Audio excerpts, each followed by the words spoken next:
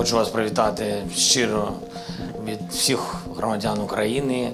Від себе хочу вас привітати. І нагороди це, як то кажуть, в кінці, але я вважаю, що нагороди, що у нас з вами є ви, у України є наука, є науковці. Я вас вітаю з вашим днем, особисто з Днем науки. Для мене це також дуже важливо. Мій батько науковець, все життя віддав науці. Я розумію, як це складно, яка це робота, і це дійсно велика служба. Служіння науці і державі. І я хочу вам подякувати за все те, що ви робите щоденно, і заздалегідь, що ви ще зробите. Це так важливо, постійно відкривати Україну світу. І з цієї точки зору це дуже важливо. Я хочу привітати всіх. Я зрозумів, що тут багато представників різних і Національної академії наук, і Малої академії, а також і Сумський, представники Сумщини, Сумський університет, Харківщина, Львівщина, Київщина, всі політехніки. Дуже добре, що у нас їх багато таких науковців народжуються в Україні. Я хочу вам побажати, і також молодих забув сказати про молодих. Дуже пишаємось вашими нагородами. Тут наприкінці наукового брифінгу, який тільки що мені показав шановний пан ректор, я побачив представників, молодих представників науки. Ви також молоді. То зовсім молоді. Вони відкривали Україну світу і переможцям на Туніській конференції. Я вам хочу побажати і всім науковцям. Я хочу вам побажати перемог в ваших дослідженнях і дійсно перемог щоденних, і найголовнішої перемоги, яка вона для всіх. І для науковців, і для будь-якої людини в Україні. Перемоги України над ворогом. Мені здається, це також важливо. І ви робите великий вклад в це. І це факт.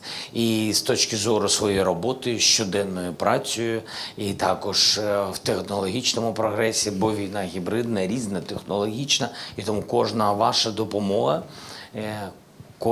кожне ваше відкриття – це наближення точно до переможного закінчення війни. Слава Україні! Героям слава! Шановні друзі, я прошу скористуватися нагодою і поспілкуватися з президентом України. Просимо ваші запитання. Прошу. Доброго дня. Валерія Ковач, голова Ради молодих вчених Національної академії наук України. Пане президенте, у вас сьогодні була можливість особисто побачити внесок молодих вчених Національної академії наук України у зміцнення обороноздатності країни. Звичайно, це не всі напрацювання, тому хотілося б почути, які ваші враження, і дізнатися, наприклад, чи достатньо зусиль державного апарату, зацікавлених структур в перспективі впровадження тих розробок наших вчених у практику. Дякую. По-перше, мені приємно, що сьогодні у нас був не теоретична розмова і не просто знайомство. Ми почали цей науковий брифінг, цю зустріч з хлопців, які застосовують з нашими військовими на фронті, на полі бою, і є позитивне застосування багато разів, і вже є конкретні бригади, які цим користуються і чекають на це. Це раз. Друге, є представники, мене це здивувало, але при всій повазі я навіть перепитав щодо Тернопільського педагогічного вузу, як розвиваються технологічно-педагогічні вузи. Це виш. Так, і це дуже круто, я вважаю. Це говорить про те, що розумна людина в будь-якому напрямку, вона готова дійсно допомагати Україні, і що війна, це велика трагедія, яка розлучає Але війна так об'єднала і науковців різних вишів заради підтримки наших військових, підтримки фронту тощо. Мене це дуже приємно здивувало. Я дуже радий, що є такі представники. Всі представники, і хлопці, і дівчата, все, що показували, що мені подобається, що все це практичне. А вже ж треба підтримувати науку, коли ще, напевно, ще немає практики, коли тільки людина щось народжує. Але якось ми перестрибнули цей момент з тими продуктами, які я тільки що бачив. Але тим не менш, підтримувати науку потрібно. Важливо, щоб було державне замовлення, як би там не було, який би у нас не був ринок, вільна економіка, ринкова економіка, тощо, але тим не менш треба максимально підтримувати. Є деякі програми регіонального характеру, я сам їжджу, скажу вам відверто, Сумщину, навіть зустрів хлопця, з яким ми, мені здається, на Сумщині спілкувалися. Так, на платформі нашій Made in Ukraine. І дуже важливо їздити, бачити, запроваджувати програми і максимально допомагати вченим. Бо ми сьогодні зустрілися з вами в столиці, але наука, вона народжується в Україні всюди, і точно не тільки в столиці. Всі ми знаємо, що зараз у нас активно відбувається явище витоку мізків, і це пов'язано з тим, що зараз багато підлітків виїжджають за кордон та залишаються в тамтешніх університетах. Чи є в уряду якась стратегія, яка могла б їх стимулювати до того, щоб вони залишалися тут та працювали заради розвитку, піднесення та відбудови України? Розвиток і відбудова, давайте чесно, буде після закінчення війни. Те, що сьогодні є відновлення деяких напрямків, то це саме, як сказати, urgent, так, як сказати? Так, такі, знаєте, дуже швидкі потрібні рухи, там десь добудувати міст, мостовий перехід або якісь дуже критичну інфраструктуру, енергетика тощо. Тобто це, чесно кажучи, це ремонт, а не будівництво. Це все ж таки, знаєте, ремонт. Тому що треба робити це швидко. Глобальна відбудова знайде місце після війни для кожного і кожної. Це факт. Особливо для молодих людей, які за кордоном, і ті, про кого ви кажете, і потрібна буде допомога і робота. І я думаю, завжди людина відчуває все одно поклик батьківщини, і тому, я думаю, молоді люди будуть повертатися, якщо буде робота. В час відновлення робота буде. Я думаю, її буде дуже багато, висококваліфіковані спеціалісти, різні спеціалісти будуть потрібні.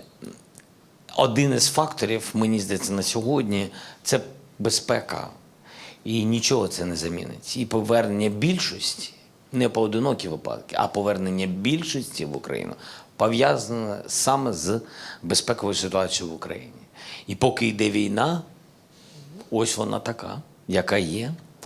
Така наша країна в війні.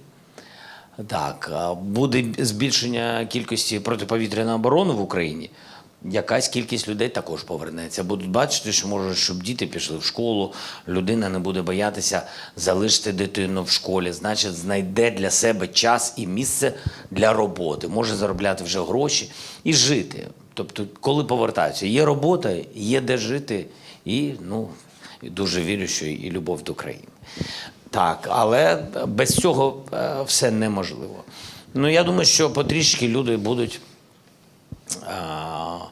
повертатися, коли будуть відчувати саме ось ці безпекові кроки. Скажіть, пане президенте, як українські науковці, наукові інституції та університети можуть промоціювати, просувати український порядок денний на міжнародній арені? Як нам тут в Україні творити такі проривні дослідження, щоб нами захоплювався світ? Дякую. Напевно, такі конференції, з якими ви повертаєтесь, чи наші молоді вчені повертаються з нагородами, це, напевно, найкращий приклад, як можна показувати те, що ти робиш. Це перше. А друга історія, я думаю, саме такі сьогодні державні платформи, як Made in Ukraine, вони обов'язково допоможуть знайти на регіональному рівні в всіх регіонах знаходити талановитих людей. Але це все ж таки не про всі можливості. Так, я думаю, що може бути дійсно, треба попрацювати над деякою платформою, там, де ми можемо об'єднати університети, там, де ми можемо об'єднати науку університетів, якісь змагання на вашому рівні, де можна знайти класні продукти наукові, і тоді вже переходити на замовлення. Я вважаю, що все одно спочатку повинна допомогти інститут або університет, а потім повинна допомогти держава. Тому що перше замовлення повинна допомогти держава. В іншому випадку сам інститут повинен менеджерувати, щоб те, що ти робиш, побачили десь в Україні або за кордоном, щоб було замовлення. Може більше ще свободи для університетів, може окремий якийсь напрямок знаходити для цього. Тут, якщо чесно, на сьогодні держава дуже відкрита тому що війна, я вважаю, тому що війна дуже відкрита до технологій в цілому. Все, що розвивається, все, що можливо, всі напрямки, все, що може допомогти посилити Україну, ми дуже відкриті. І тут дуже потрібно, щоб ініціатива йшла, мені здається, з університетів. Пропонувати ті чи інші платформи, зустрічі, якісь змагання, олімпіади. Я знаю, що якийсь вид таких зустріч є, але, напевно, їх не так багато. Треба знайти ініціативу, яка би була модною. Тому що те, що не модно, те, що не культово, те воно не дуже заходить. Так, тому треба щось знайти таке, дуже цікаво, щоб всім вам було цікаво, щоб ви отримували від цього результат і задоволення, що ви не просто так працюєте там на якесь майбутнє. Майбутнє воно тут, воно сьогодні. Давайте, у вас же відомий університет, дуже відомий. У вас, до речі, там непогана, мені здається, база, так, в цілому. І у вас там є в наглядовій раді і науковці. І це ж комерційний вуз, так? Ви ж. Мені здається, що ви могли б запропонувати якусь ідею і запросити різні університети. Всі з задоволенням на Львівщину приїхали. На згадку про цю зустріч дозвольте піднести вам книгу «КПІ. Друге століття», але це не лише про КПІ, це про видатних людей, які прославили нашу країну. Сікорський, Корольов, батько і син Патони і багато-багато інших. Дуже приємно. Дякую вам. Дякую. Дякую.